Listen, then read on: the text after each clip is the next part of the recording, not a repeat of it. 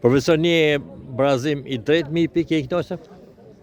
Më thënë drejtën, unë sot jam shumë I kënaqur për vetë faktin që terreni ju e pat vetë ishte shumë I vështirë dhe unë përgëzoj të gjithë djemtë për shpirtin e garës, sepse sot kanë sakrifikuar nga minuta parë deri në fund dhe uroj të vazhdojmë me këtë lloj ritmi, me këtë lloj përkushtimi.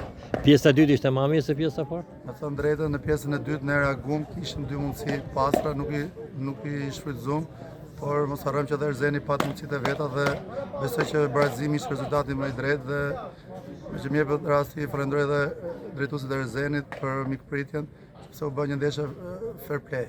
Kemi 2 ndeshje më, presim Gromsën dhe Kuplikun. Ne ndeshjet I marrim 1-1, por ne çdo ndeshje është si finale sepse ne kemi shumë pikë për të rikuperuar nga faza parë dhe normalisht jemi akoma nuk jemi aty ku duhet që me ndeshjen e radhës me ekipin e Gramshit ne duhet jemi të marrim maksimumin që do thotë 3 pikë plota. Sukses. Faleminderit.